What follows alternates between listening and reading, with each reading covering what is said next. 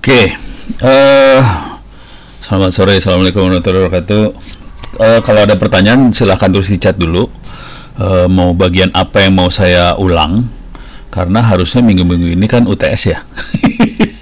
Cuman saya kan biasa UTS-nya boleh dikerjakan kapan aja di mana saja. Ada yang pertanyaan silahkan tulis di chat. Saya masih monitor berapa 1-2 menit lagi.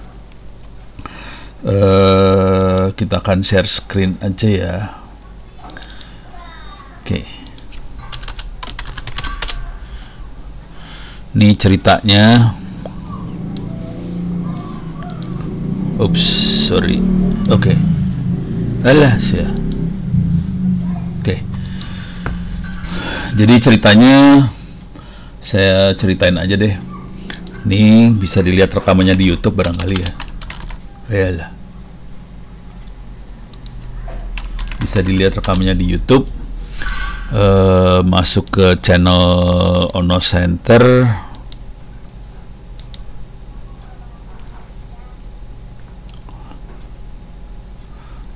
Mana dia? Ono Center.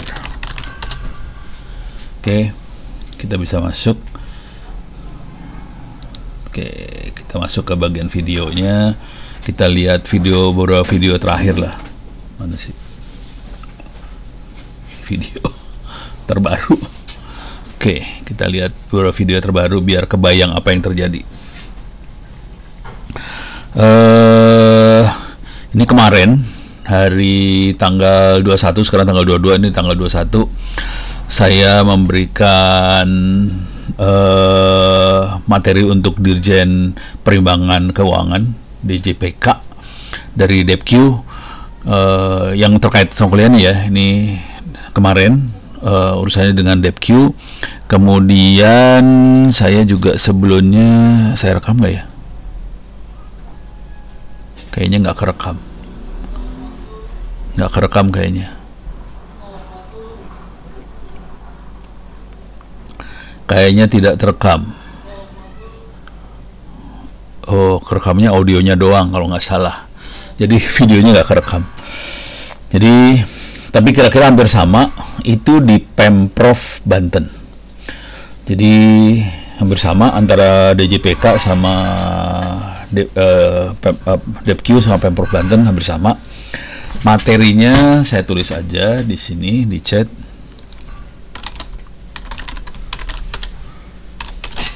Ini buat ngasih gambaran dunia kerja yang akan Anda lihat di depan tuh seperti apa.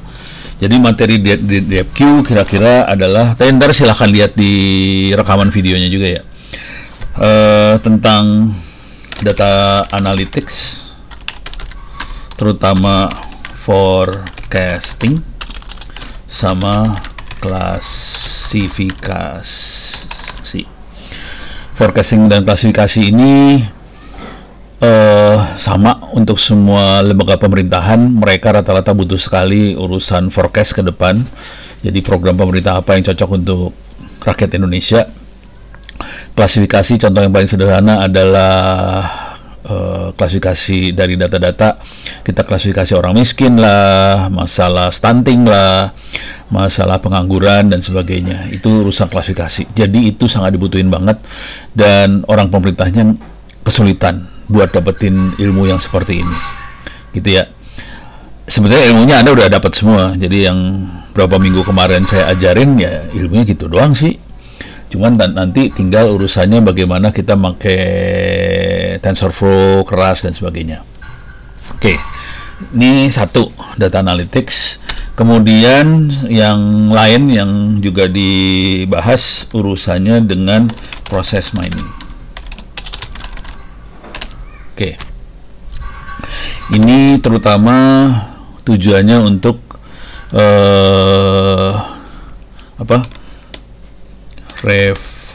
reformasi, bukan reformasi, salah, transformasi birokrasi lah.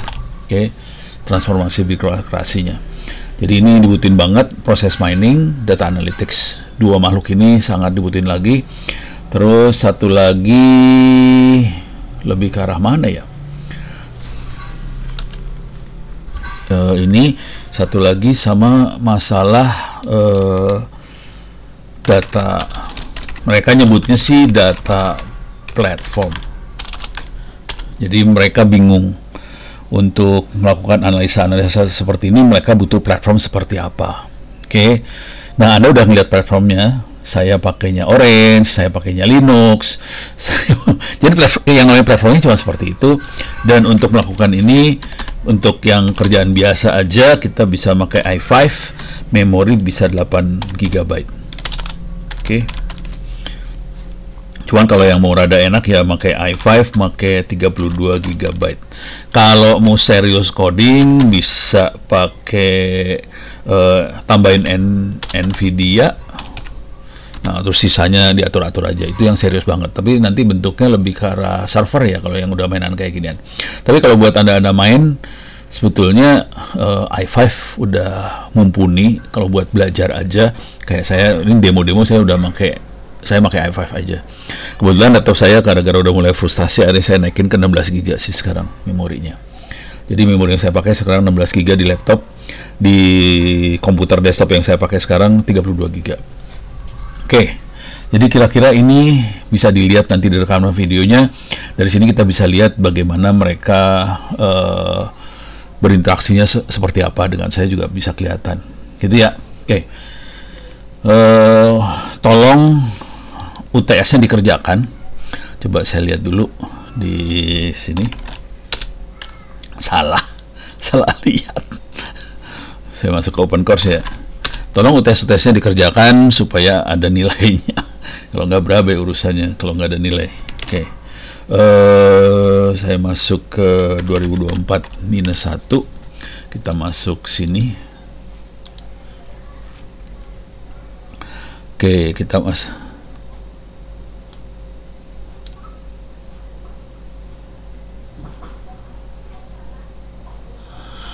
Oke.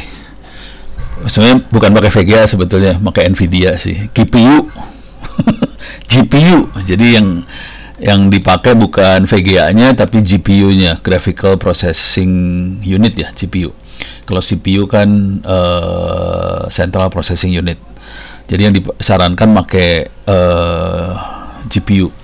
Cuman kalau kita datanya masih kecil-kecil aja sih itu jadi terlalu over.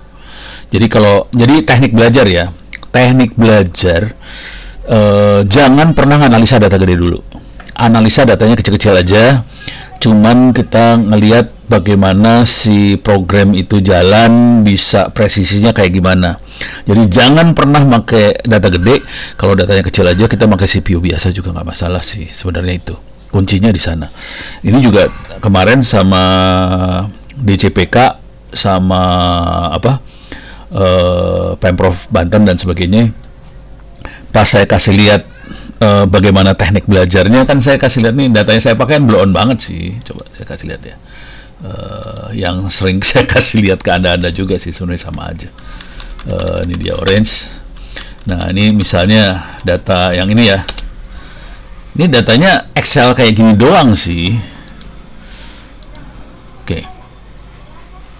Nih, jadi datanya bisa kayak gini aja. Jangan pernah nganalisa pakai data gede dulu. Cuman yang penting kita bisa memperkirakan hasil yang benarnya seperti apa. Jadi analisa-analisanya pakai kayak gini aja sih. Jadi pakai cuman file Excel. Ini kan datanya cuma ada berapa? 1, 2, 3, 4, 5, 6. 6 instance, 6 data gitu ya, 6 line. Udah. Kita bisa analisa si ininya algoritmanya bisa jalan bener apa kagak. Jadi jangan pernah pakai data gede dulu buat analisa, pasti tewas kalau data gede. Jadi biasakan pakai data kecil. Kalaupun kita ngambil dari Kaggle dan sebagainya, potong aja tuh data dari Kaggle-nya. Ambil sampel aja sedikit. Ini satu. Kemudian saya lagi koordinasi sama Pemprov Banten. Jadi mereka saya minta sampel datanya. Terus kalau udah ada sampel datanya, nanti kalau ada anda yang pengen ngutak-atik ngoprek, kita bisa ngoprek. Nah ini jujur mereka cari orang. Jadi si Pemprov Bantennya cari orang. Ini juga sama, saya ngomong sama orang-orang di DJPK, DepQ, mereka juga cari orang. Mereka baru dapat 1 orang. dari IPB atau dari mana gitu ya. Tapi saya bilang sama orang-orang itu, nggak bisa sembarangan sih ngambil orang-orang seperti ini, harus ada jam terbang, harus ada insting. Jadi insting itu dibangun kalau kita udah biasa analisa data-data tadi, ngeliat data terus analisa. Contoh, ini contoh sederhana aja, saya ngambil data seperti ini ya. Mana tadi tuh? Misalnya ini. Saya ngambil data seperti ini. Pertanyaannya kan kalau kita lihat data seperti ini kan ada AX plus B sama dengan Y. Nah, apa yang jadi X, ada apa yang jadi Y. Gitu ya. Nah, kalau saya waktu ngajar kan langsung saya kasih lihat, ini bisa jadi X nih, tahun jadi X, Y-nya bisa anggaran. Bisa aja Y-nya inflasi. Bisa aja Y-nya suku bunga. Nah, itu tergantung kebutuhan kita. Cuman insting itu harus dibangun. Ngelihat bahwa ini X, ini Y, harus dibangun. Kita harus banyak latihan. Dari latihan-latihan itu kita bisa tahu mana yang jadi X, mana yang jadi Y. Gitu ya. Oke, udah mulai kebayang dikit-dikit ya. Kalau Bapak silakan tulis di chat lah, kira-kira kayak gitu. Nah, saya pengen ngasih lihat urusannya nilai. Oke, nih balik lagi. Oke, sebagian besar masih pada jeblok ya. Nih. Oke, tuh nilainya masih pada parah semua. Tolong kerjakan UTS sama UAS-nya. Semua tolong kerjakan UTS UAS-nya. Yang nilainya bagus cuman Ibnu Maskun. Nih recommended banget nih berarti ya. Yang lain nilainya yang bagus lagi nih. Siapa nih? Anal Ihak. Ini bagus juga nih. Oke. Jadi baru 2 orang yang bagus, yang lain 3 orang yang 2 orang. Ini Arif Kurniawan juga bagus. Oke. Tolong yang lain yang nilai masih jelek, tolong kerjakan ujiannya. Jujur kalau saya pengennya Anda bisa lulus sebelum waktunya. Jadi sebelum saya memasukkan nilai ke akademik, nilai udah bagus semua gitu. Jadi saya nggak pusing kepala. Itu ya, beres ya. Wah, Gifari masih jeblok tuh. Gifari mana Gifari lu? Nih Gifari, nilai lu masih 0 semua. Gifari masih 0. Gifari, ala ilaha illallah. Oke. Saya mah gampang orangnya, nilainya apa adanya saya kasih soalnya ntar ke akademik. Jadi kalau nilainya 0 ya 0. Jangan sampai 0 lah, tidak baik. Oke. Oke. Gifari males bro. Gifari sebenarnya bisa bagus sih kalau dia mau duduk dan kerja ngerjain soal, jadi bisa. Oke. Sekarang saya akan ulang lagi urusan ini ya. TensorFlow dan teman-temannya pakai Google Colab ya. Google. Apalagi yang belum ya? Saya udah mulai bingung yang belum apa ya. Google Colab. Sorry salah. Colab. Oke. Kemarin kan udah dibahas ya. Oke, kita cobain masuk yang rada gelo ya, machine learning. Kita coba lihat, kemarin kan udah dicoba buat ini ya, linear regression ya. Ini yang ini ya udah, ini kan udah ya, linear regression. Jadi ini materi sekarang udah nggak ada di kuliah, ada di kuliah tapi nggak akan jadi tes. Ini nggak masuk ke tes ya. Tidak masuk ke UTS, nggak masuk ke UAS, tidak masuk ke nilai Anda. Jadi ini nggak akan membuat nilai Anda jelek. Kalaupun nggak bisa, nilainya nggak ada urusan. Karena nilainya urusannya lebih ke orange yang gampang. Yang ini saya nggak mau maksa, tapi anak-anak yang ikut bangkit pasti dapat yang ini kalau bangkit. Kalau bangkit dapat yang ini banget. Kalau bangkit ya. Dan saran saya, ini bangkit masih kebuka sampai tanggal 10 Juni. Pendaftarannya masih terbuka sampai tanggal 10 Juni. Jadi kalau Anda pengen ikut bangkit, silahkan daftar sampai tanggal 10 Juni masih terbuka. ITTS baru berapa orang ya? Baru sedikit lah, hitungan jari orang yang masuk bangkitnya. Oke. Ini udah dibahas kemarin. Oke. Kita akan coba ganti topik lagi. Mundur. Susah. Kenapa nggak bisa? Sini ya. Oke. Nah tadi si VPS biasanya minta pakai GPU. Oh iya, lupa satu lagi. Kemarin kebetulan saya ketemu sama orang-orang Bisnet.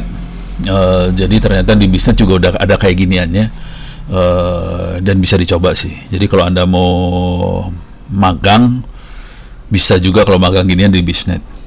Kemarin ada satu mahasiswa yang kontak saya, mahasiswa ITTS, dia pengen magang. Akhirnya dia udah punya kemampuan routing dan sebagainya lah. Nah, kemudian dia, punya kontak nggak magang di mana? Saya kenalin ke IDC. Jadi langsung diterima sama IDC-nya buat magang. Kira-kira kayak gitu. Jadi kalau mau bisa dikontakin. Cuman jujur ya, kalau bisa Anda harus perform waktu magang supaya bisa direkrut jadi mahasiswa di sana, jadi pegawai di sana. Kira-kira kayak gitu.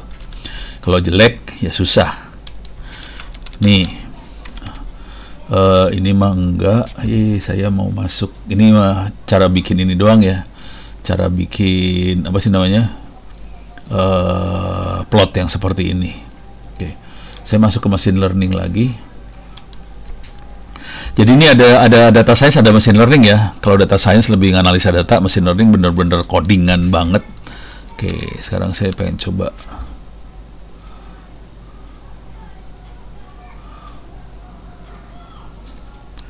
cari text classification kali ya. Text classification coba ini. Kita coba ya. Mudah-mudahan bisa. Ini kalau udah kayak gini stres urusannya. Kita lihat secara umum aja codingannya seperti apa. Oke. Ini task classification biasanya dia pakai datanya IMDb. Datasetnya IMDb itu video film. Terus komentar orang tentang film tadi dianalisa. Tujuan akhirnya kita bisa dapetin kata-kata komentar positif sama komentar negatif sih, kira-kira gitu. Jadi dari IMDb ini kita bisa dapetin komentar positif negatif, kira-kira kayak itu cara berpikirnya. Nah di sini yang pertama kali import itu ngeload library yang kita butuhin. Ini cuma ngeprint versi berapa segala macam. Ini kita lihat dulu secara umum ya. Nah kemudian di sini IMDb-nya kebetulan sudah tersedia di library TensorFlow-nya. Oke, jadi IMDb datasetnya ada di TensorFlow. Jadi kita nggak usah download dari mana-mana, di TensorFlow-nya udah ada. Oke, namanya adalah IMDb Review, kira-kira kayak gitu. Nah kemudian di split datanya. Jadi data yang kita punya kita bagi dua.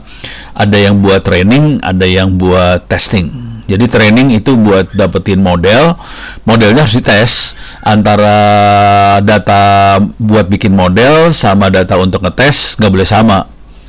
Jadi kita bikin model pakai data yang mana, kita tes pakai data lain. Kalau datanya sama, pasti hasil training sama tes harus sama kan. Kalau datanya sama, beres urusannya. Kita bikin kacau sedikit. Jadi data training sama data tes beda. Oke. Terus dia adalah supervised learning. Supervised learning artinya udah dari data ini udah harusnya saya harus lihat datanya lagi. Harusnya dalam datanya sudah udah dikasih label. Kata-kata seperti ini positif, kalimat seperti ini negatif. Jadi udah ada yang ngelabelin sih. Jadi supervised itu ada labelnya. Kemudian dimasukinlah datanya ke, nah ini ada datanya, ada labelnya. Ini ada datanya, ada labelnya, gitu ya. Dia nge-split data sama labelnya pakai NumPy ini ya. Dia split datanya.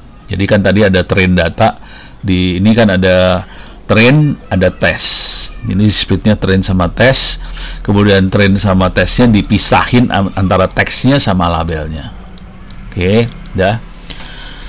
Kadang-kadang kayak gini harus banyak nyontek karena kita kalau make apa sih namanya orange sih cukup ngeliat gambarnya kita udah mulai ngerti. Cuman kalau udah make masuk makhluk kayak ginian, nah ini horornya nih soalnya ini saya juga nggak pernah hafal kayak ginian. Jadi ini harus nyontek tool apa yang subroutine apa yang udah disiapin buat melakukan hal ini. Ini nyontek sih, asli nyontek. Kalau kita belum biasa, mendingan nyontek yang sudah ada. Tapi ngerti filosofinya aja. Jadi ini urusannya ngerti filosofi ya. Terus, oke. Terus di sini kita print data tesnya ada berapa, data trainnya ada berapa, data tesnya ada berapa. Dia kasih tahu ada 25.000, ada 25.000. Oke. Terus kita bisa lihat di sini isinya apa. Oke.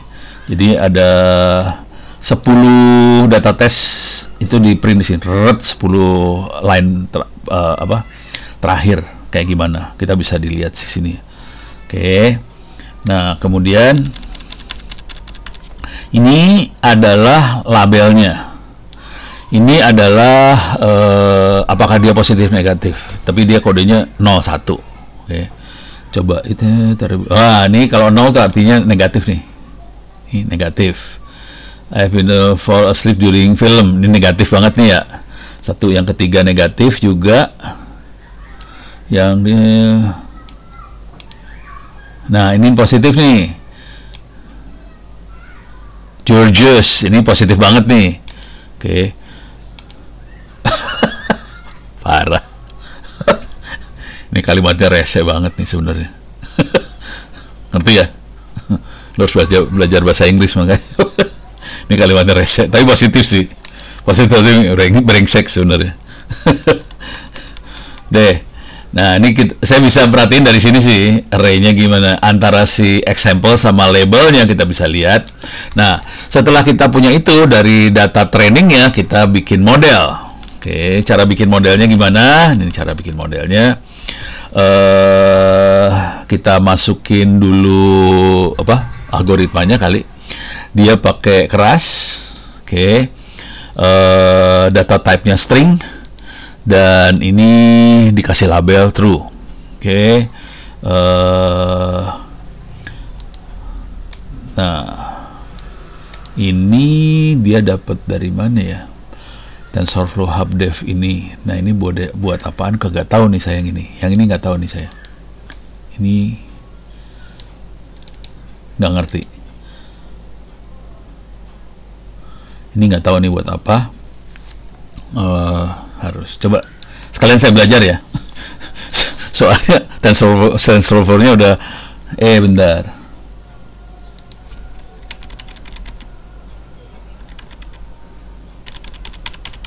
Ada nggak di sini?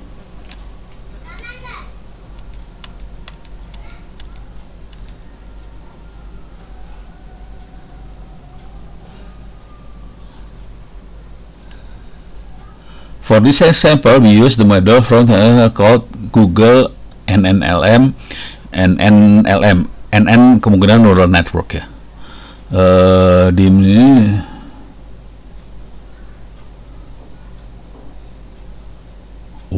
Google udah nyiapin rupanya ya.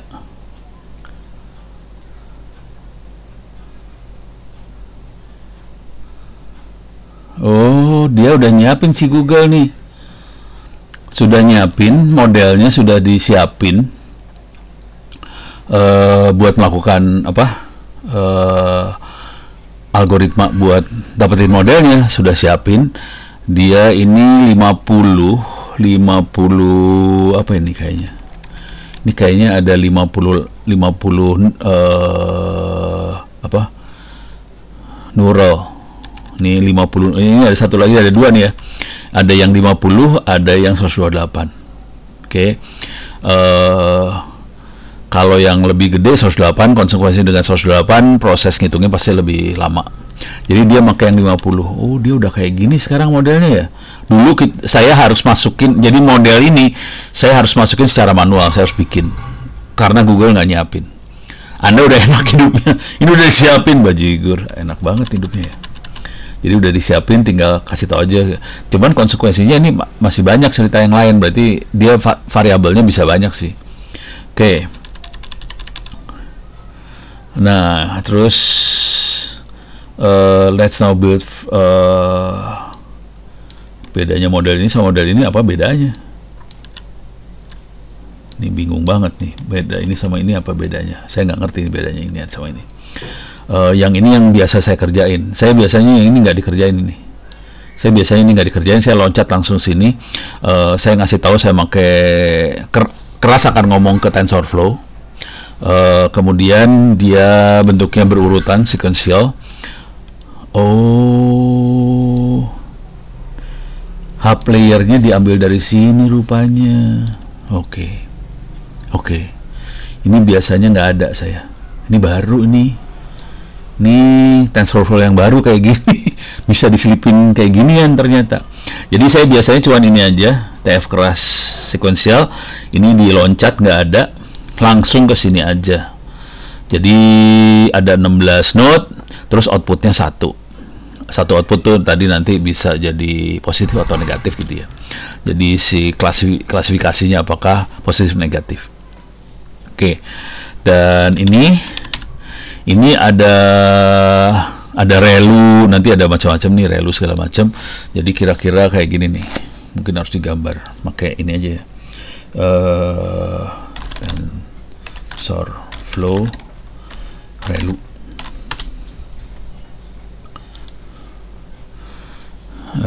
Nah, ini dia makhluknya. Ini makhluknya.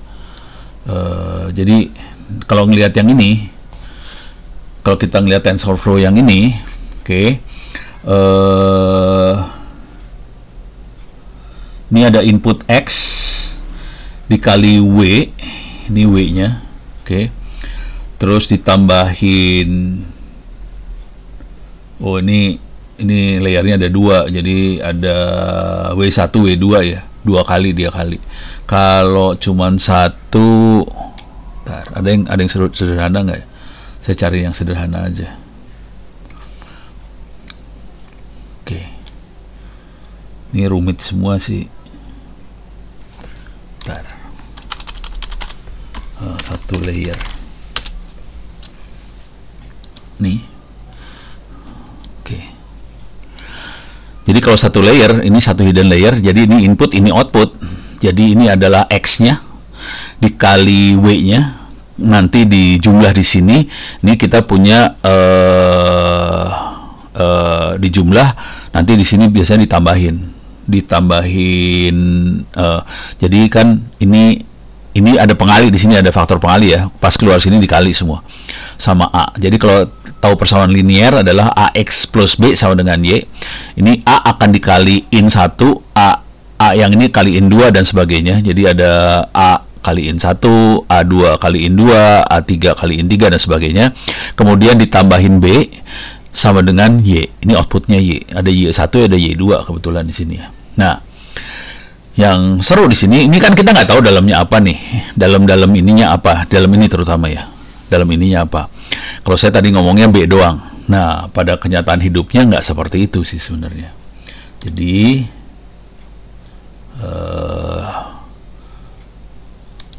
nah ini relu.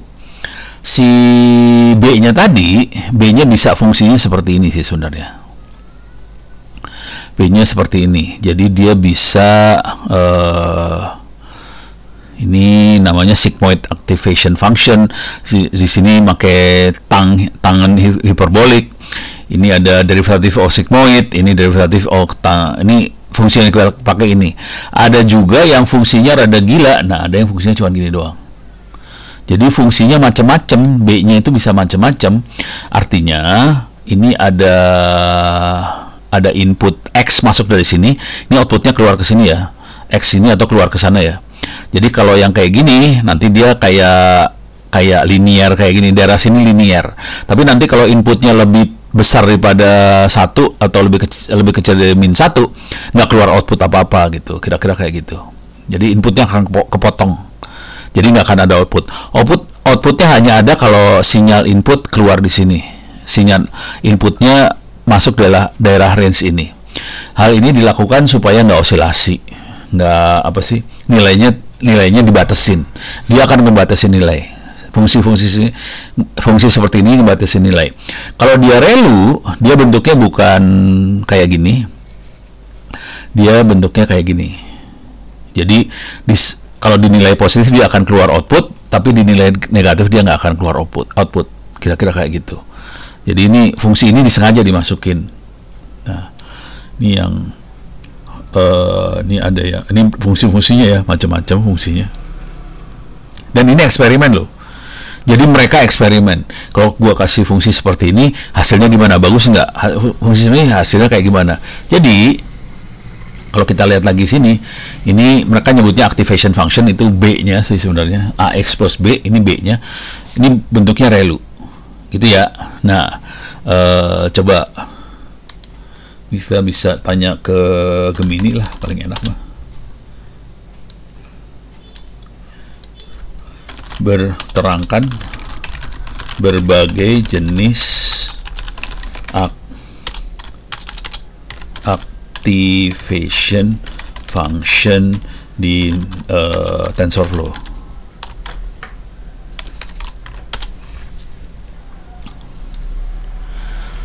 Ini ada yang ReLU tadi gambarnya, ada sigmoid, ada tang hiperbolik, udah kita tahu.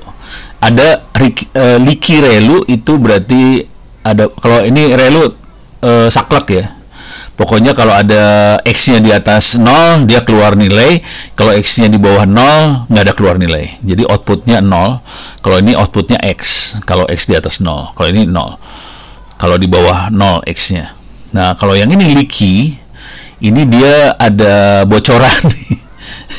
Ada bocoran. Terus ada lagi yang macam-macam, ada softmax, ada exponential linear unit. Nah, ini macam-macam. Ini semua eksperimen loh ini. Oke, tergantung kebutuhan dan karakteristik model yang kita mau pakai. Jadi masalah ini tadi, nentuin mau ReLU apa, kita eksperimen. Terus nanti kita harus tanya dulu, ini kodenya apa. Kalau ReLU tuh ReLU, kalau tanha tuh tanha, bisa kita atur. Kita bisa lihat efeknya juga sih ntar. Oke, saya nggak akan merubah ini dulu. Oke, terus ini bisa kita lihat algoritma yang dibangunnya seperti apa. Nanti keluar di sininya kalau dijalanin ya. Nah, setelah itu jalan, nah kita mulai jadi si model perlu didefinisikan fungsi buat ngukur, mengoptimasi perhitungannya dia. Jadi caranya mengoptimasi, dia mendefinisikan yang namanya loss function ini dia definisikan. Oke. Nah, loss function itu nanti yang ngatur mau seberapa yang mengatur bagaimana si algoritmanya supaya dia bisa presisi dapetin nilai. Nah, kita ngatur nih loss function yang dipakai seperti apa. Oke. Nah, ini nyontek dulu aja karena banyak pilihannya, ada beberapa sih loss functionnya. Nanti dia bisa ngatur.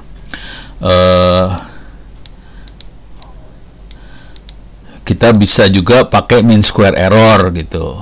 Ini binary cross entropy bisa diatur juga. Jadi caranya si algoritma tadi memilih nilai A dari AX plus B-nya, dia ngitung errornya. Errornya tergantung mau error apa yang dipakai. Ini kebetulan yang dipakai adalah binary cross entropy. Bisa juga kita pakai mean square error, boleh, sah, bisa diatur semua ya. Jadi ini yang akan nanti mengatur si algoritma linear regressionnya supaya dia mau seberapa cepat dia bisa dapetin nilai yang akurat gitu. Oke, nah setelah dapat modelnya, nah kita mulai validasi si model tadi. Ini kita ngasih tahu dari sampelnya mau berapa yang mau dipakai buat validasi. Ini dikasih tahu di sini, kemudian di sini dikerjain. Oke, ini model fit untuk cari modelnya, kemudian dia akan iterasi 40 kali, sekali iterasi 512 data yang dihajar, dicoba. Padahal kita tahu sampel kita ada 25.000 sebetulnya, cuman yang dipakai cuma 10.000 untuk ini kan, karena kita pakai partial train, partial. Kalau kita pakai seluruhnya nanti jadi lebih banyak lagi. Oke. Nah, ini kita pakai 10.000 aja, tapi kita akan ngetes 512. Sekali 512 dihajar 40 kali. Cobain 40 kali, dan kita bisa lihat lossnya akan turun di sini. Ini makin ke sini makin turun. Ini harus kelihatan. Oke. Kalau akurasi naik ya, akurasi akan naik, lossnya turun. Ini loss itu error lah kira-kira. Kalau akurasi tingkat keakuratannya dia, kalau kita lihat ke bawah, ini makin naik, hampir 86%, lossnya turun jadi, ini akurasinya jadi 100%. Oh, ini yang nilai benerannya nih. Ini lossnya jadi 10 pangkat 4 ya, akurasinya 100% kira-kira setelah 40 kali itu ya. Nah, ini kita bisa lihat di sini. Kemudian kita evaluasi modelnya pakai tes sampel. Oke. Jadi urutannya adalah nih, kalau kita ini ya, kita ulang lagi ya. Saya ulang cepat aja ya. Ya, lihat di sini aja ya. Pertama kita setup si ininya ya, import semuanya, import TensorFlow, import NumPy, itu setup semua. Kemudian kita download datasetnya, terus kita ngatur mau datasetnya mau seperti apa yang dipakai, terus kita bikin modelnya. Model itu ininya ya, neural networknya mau berapa layer segala macam kita atur di sini. Kemudian kita set data untuk validasinya, mau berapa data yang kita pakai buat validasinya. Terus kita train model ini dapetin A dan B, dari persamaan AX plus B sama dengan Y, kita dapetin A dan B-nya. Kemudian kita evaluasi A dan B-nya pakai tes data. Yang tadi train data dulu, yang buat yang ini semua. Yang di sini pakai train data ya, dari sini terutama ya. Di sini kita makanya train data. Setelah train data selesai, kita evaluasi pakai tes. Udah gitu kita dapetin gambarnya. Kira-kira kayak gitu, grafiknya. Oke, coba kita jalankan makhluk ini. Kita jalanin. Ntar, runnya sudah mana nih? Kok nggak ada sih?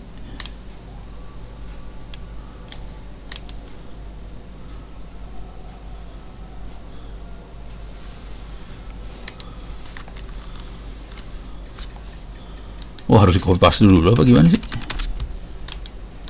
Ini runnya nggak ada nih. Rese.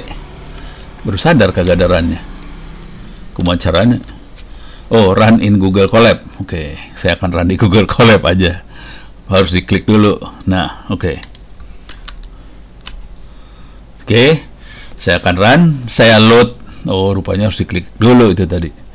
Oke, saya akan load ininya, import-importnya, import NumPy, import TensorFlow, segala macam. Saya klik dulu, jadi saya load dulu semua subroutine yang saya butuhin. Nanti akan keluar hasilnya di bawah sini. Jadi cara mainnya gitu aja. Jadi yang penting sih waktu melihat kayak gini, sebetulnya harus ada bayangan ini buat apa sih sebenarnya. Nah, ini keluar hasilnya udah beres. Jadi keluar versi apa, eager mode-nya true, hub versionnya berapa, GPU not available, nggak masalah. Jadi kita nggak pakai GPU. Sekarang kita load IMDb datasetnya. Kita download IMDb datasetnya. Kebetulan IMDb datasetnya ada di datasetnya TensorFlow. Jadi enak aja, tinggal klik ini aja. Oke. Ini udah di load, lagi loading. Oke. Terus dia split juga. Oke. Ini iya seru ya. Loadnya sih cepet, downloadnya sih cepet. Splitnya yang susah, lama dia.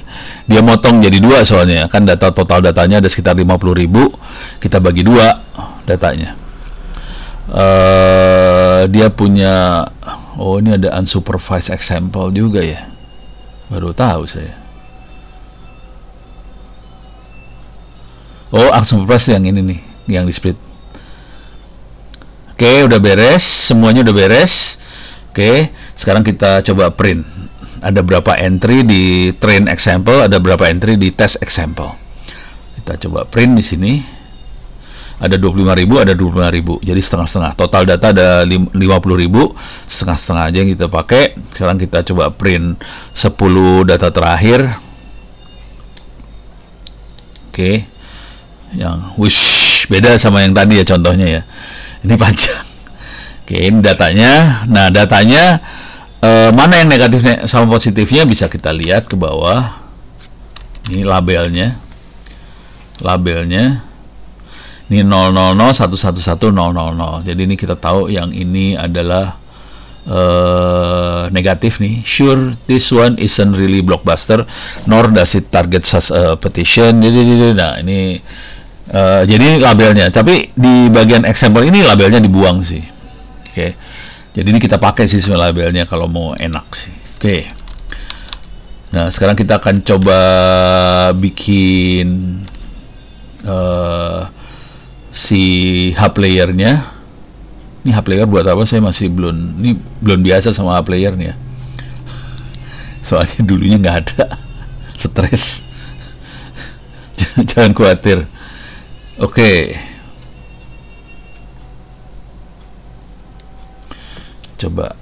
Coba bentar ya. Saya tanya Gemini dulu ya. Apa fungsi hub layer? Apa fungsi hub layer di TensorFlow? Jadi caranya gitu kalau belajar. Sorry, ketutup. Mungkin Anda untuk membuat penggunaan modul pre-train. Oh.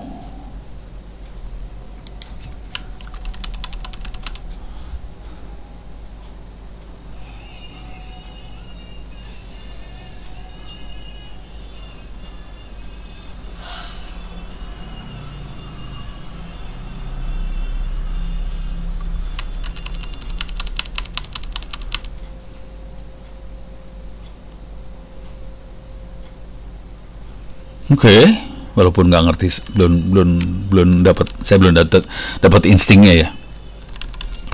Penghematan waktu.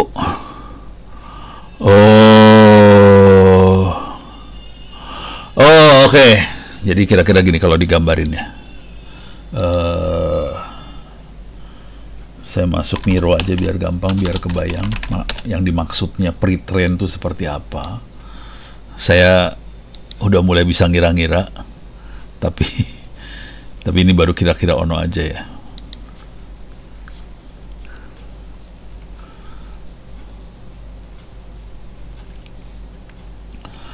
Oke, kita akan coba lihat ini.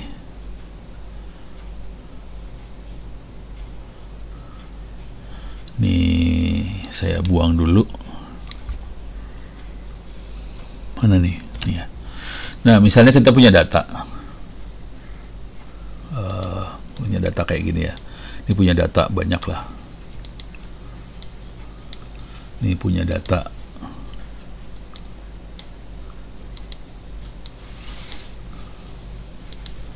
Data-datanya harusnya titik-titik, cuman susah nyari titik mah. Jadi saya punya data banyak nih. Dah, oke. Kemudian saya harus tentuin garisnya. AX prosesi sama dengan gini, saya harus tentuin garisnya. Ini garis kan bisa saya enak jidat, bisa kayak gini, bisa kayak gini. Sorry. Ini garisnya saya enaknya bisa kita taruh nih sebenarnya. Ini masalah, naruh sembarangan tuh bahaya. Karena kalau naruh sembarangan kayak gini, padahal kita tahu garis yang benernya sebenarnya yang ini ya. Garis benernya kan yang ini kira-kira. Ini garis benernya kira-kira ini. Terus kita naruh sembarangan, kemungkinan buat dapetin garis yang benernya jadi lama. Kira-kira kayak gitu. Jadi Ini masalah naruhin garis. AX plus B sama dengan Y kan garis aja. Nah, kita naruh garisnya di mana supaya bisa cepat dapat garis yang ini. Nah, kalau kita sembarangan, lama nih urusannya. Ini saya buang lagi. Sorry. Delete. Ini delete. Sorry. Ini delete. Oke. Jadi kita pengen dapetin garis yang ini. Jadi supaya bisa cepat, kita pakai HPlayer tadi pre-train, dia narik garisnya di sini misalnya. Jadi cepat dapatnya. Jadi kalau saya baca sepintas tadi, HPlayer itu kayaknya lebih buat dia akan naruh garis yang bagusnya, yang udah lumayan bagus. Jadi kita bisa dapatnya cepat sampai sini. Kalau nggak dikasih ginian, bisa lama dapatnya. Makanya saya tadi bilang, di awalnya saya nggak pernah pakai gituan. Ini baru pakai gitu. Jadi ternyata udah ditambahin sama si Google supaya proses dapat garisnya lebih cepat. Kira-kira kayak gitu sih. Jadi jangan khawatir, Ono sambil baca sambil belajar sih sebenarnya. Ih, gue bukan robot. Nih kira-kira kayak gitu ya. Sekarang kita akan lanjut. Nih ke bawahin. Nah, setelah kita dapetin HPlayernya, kita bikin modelnya. Modelnya kita pakai sequential.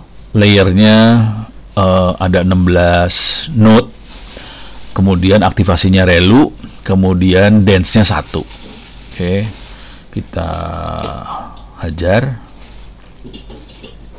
Jadi kita tahu di sini ada input layernya, ada outputnya ada 50 nanti berhubungan sama 16 nanti disaling berhubungan lagi ke satu node. Kira-kira kayak gitu. Jadi input 50 ngomong. Jadi kalau kita ngerti ininya ya, ngerti neural network,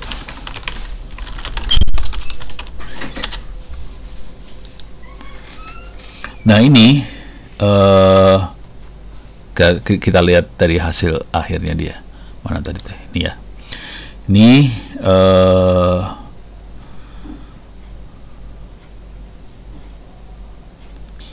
ininya ada 16. Ini ada 16. Terus outputnya cuma 1. Ini outputnya 2. Yang ini ada 16. Hiddennya ada 16. Terus ininya 2 kalau yang gambar ini ya. Kalau yang di sini outputnya 1 sebenarnya. Cuman dia punya input 16. Kemudian 16 ini ada inputnya 800 ini. Terus ini bentar, kelas layernya apalagi nih, nggak tahu nih. Outputnya 50. Ini paling enak pakai gambar sih sebenarnya. Cuman gambarnya kagak ada, bingung dah gue. Jadi kira-kira mainnya layer-layer ini yang dia gambarin sih sebenarnya. Gitu ya, mudah-mudahan agak kebayang. Cuman yang saya bingung ini makhluknya makhluk apa nih? Kalau ini 2 gampang. Crush layer itu dance. Coba tanya Gemini lagi kepaksa. Bedanya crush layer dengan dance layer di TensorFlow.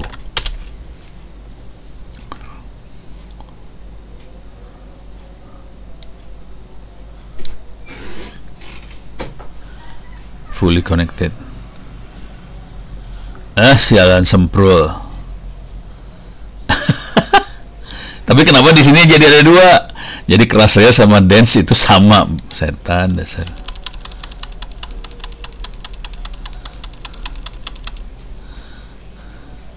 Oh gitu. Ini kecampur antara dance layer dance. Oke. Ini istilahnya suka bulak ngaco ini makhluk ini ya. Ini dance layer ya udahlah, nggak tahu dah. Oke, sekarang sorry, saya harus satu-satu soalnya ngejalaninnya, kalau nggak kacau dia. Coba ini ke atas. Ini udah. Oke. Setelah urusan ininya selesai, bikin layernya selesai, sekarang kita urusannya bikin loss function. Loss function sama optimizernya apa, dan ini kita compile, si keras kita compile jadi algoritma modelnya. Oke, ini model compile.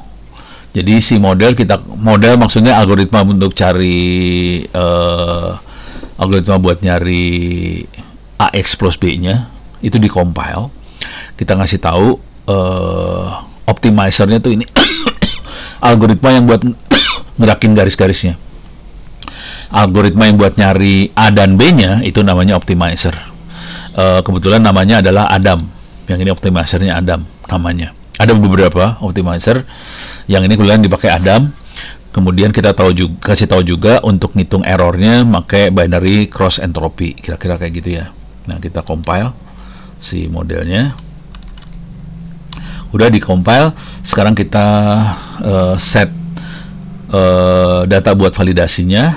Kita set jadi X value partial X train, Y value partial Y trainnya kita set udah dari train example, dari train labels sudah dimasukin. Ini 10.000 data terakhir yang dipakai, masukin. Kita jadi punya X sama Y seluruhnya maupun yang parsialnya punya. Kemudian kita train si modelnya kita train. Model yang ini adalah model yang di sini yang kita compile. Oke. Nah, kata-kata fitnya itu maksudnya adalah kita ngegerakin si garis ini supaya dapat error yang paling minimal. Jadi dia betul-betul pas. Kalau bahasa orang-orang yang pakai lagi ngepas baju kan fitting gitu. Kalau baju kan suka gitu ya, perempuan biasanya tuh. Kalau beli baju saya fitting, kata kunci yang dipakai adalah fitting. Fitting itu ngepas. Bagaimana kita ngepasin si baju. Kalau di sini kita ngepasin si garis supaya errornya seminimal mungkin. Jadi itu fitting tuh, itu maksudnya. Jadi ini model fit, parameternya adalah X, Y, terus berapa kali dia iterasi, batch size-nya tiap sekali iterasi 512 yang dihajar. Terus untuk validasinya pakai X file sama Y file, gitu ya. Coba kita jalankan, nanti dia mulai ngitung. Nah, ini perhitungan yang pertama, kedua, tiga, dan seterusnya. Oke, kita lihat akurasinya. Nih, liatin ya. Tiap kali dia naik, harusnya akurasinya makin naik, loss-nya makin turun. Kira-kira gitu. Nih, lama juga ya. Oh, ini naik nih akurasinya. Sekarang udah 51, 52, 53. Kalau di dalam persen jadi 55%, kayak gitu ya, dalam persen. Kalau jadi loss-nya makin turun ke bawah, akurasinya makin naik ke atas, kira-kira kayak gitu. Loss-nya yang ini yang dihitung pakai binary cross entropy. Dia ngitung errornya sih sebenarnya. Nah, ini udah dekat. Ini lama banget ngitungnya, men. Ini baru epoch yang pertama, ini epoch kedua. Jadi kita kerja sampai 40 epoch. Mabuk dah lu. Tapi tolong dilihat ininya ya. Ini akurasinya masih 72%, ini udah 76% sekarang. Dan loss-nya ini 63%, errornya 63%, 0,63, yang ini udah 0,57, turun. Jadi dia menuju 0 loss-nya, akurasi menuju 100%, kira-kira kayak gitu. Sekali run ini 30 ini selama 60 detik, 2 detik per step. Ini udah makin cepet nih. Oke. Nah, ini ya kita harus nunggu. Ntar nanti kalau udah dapat, ntar bisa ke bawah lagi nggak sih? Nah, di sini Kalau udah dapat ini kan pakai train data yang kita cek. Kalau udah dapat, ini harusnya jangan 40 ya. Gue stop aja dulu. Nih, stop aja biar ini. Saya ganti ya. Jangan 40, saya pakai 3 aja. Males nunggu. Oke, saya pakai 3 aja.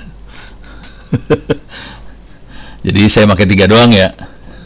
Ini batch size-nya juga harusnya dikecilin lah biar nggak terlalu lama.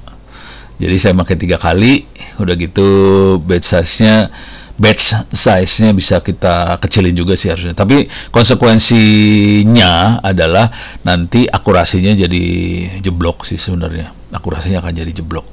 Oke. Nah ini akurasinya ngambil nerusin yang tadi rupanya.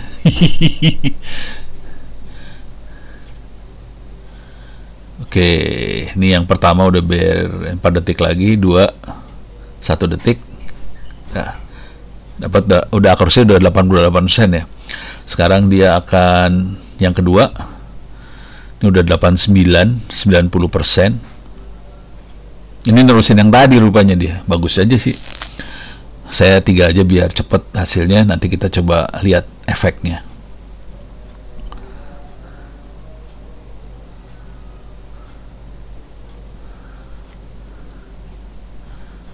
17, 18, 19, 20, 13, 12 detik lagi. 10, 9, 7, 6, 5, 4, 3.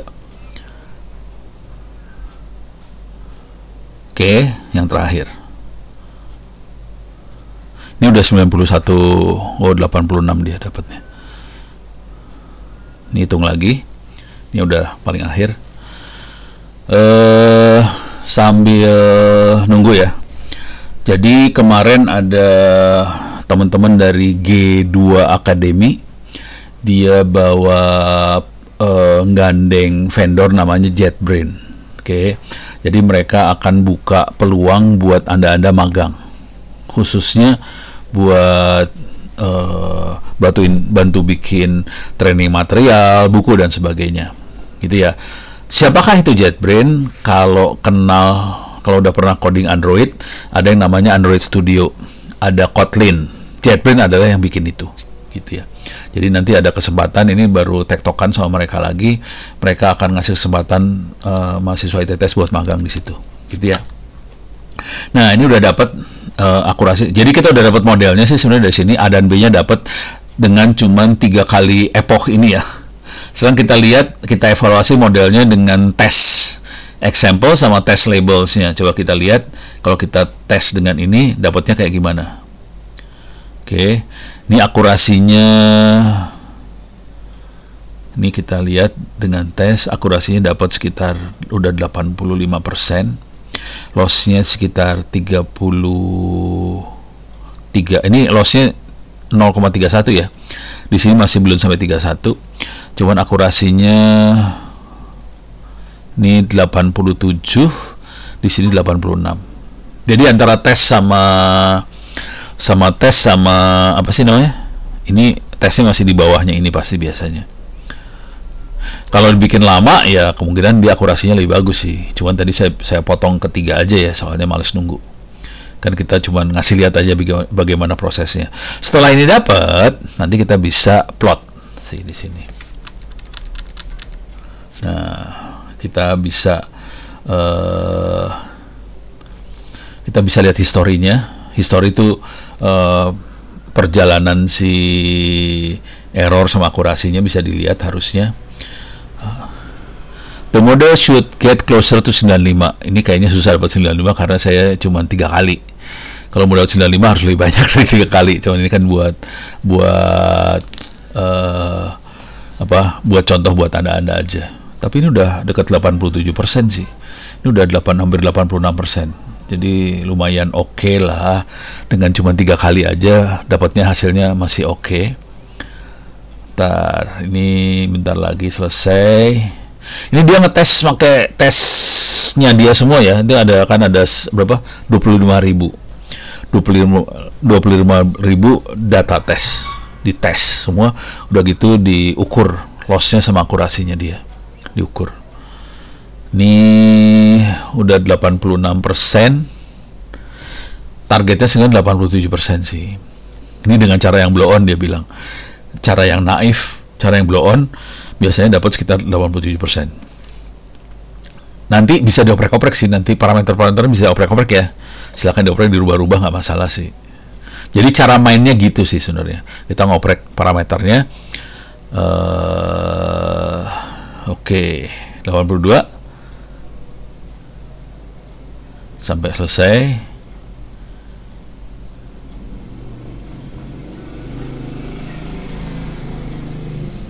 Udah belum? Oh, dia harus ngeprint. Kalau udah, kita bisa ngelihat historinya dia sih, model fitnya tadi ya. Coba kita print di sini, keluarnya apa? Keluar kagak nih? Ini 2 jalan sekaligus. Ya ini belum full selesai sih sebenarnya, males nunggunya. Bisa keluarin kagak dia? Ngamuk, nggak mau ngeluarin dia, parah. Harus nunggu selesai, lama banget, males.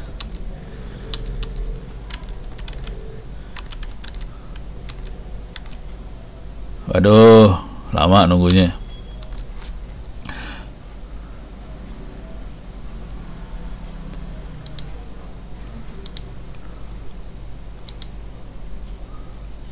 Oke, coba kita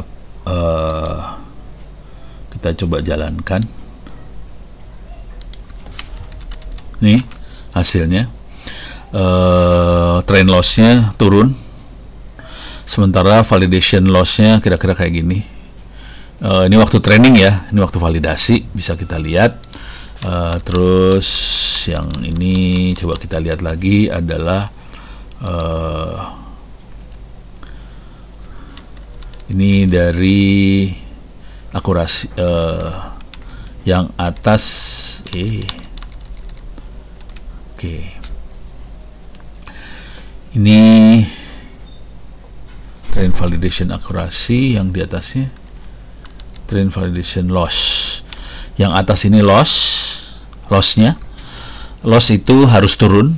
Loss itu error ya. Errornya harus turun.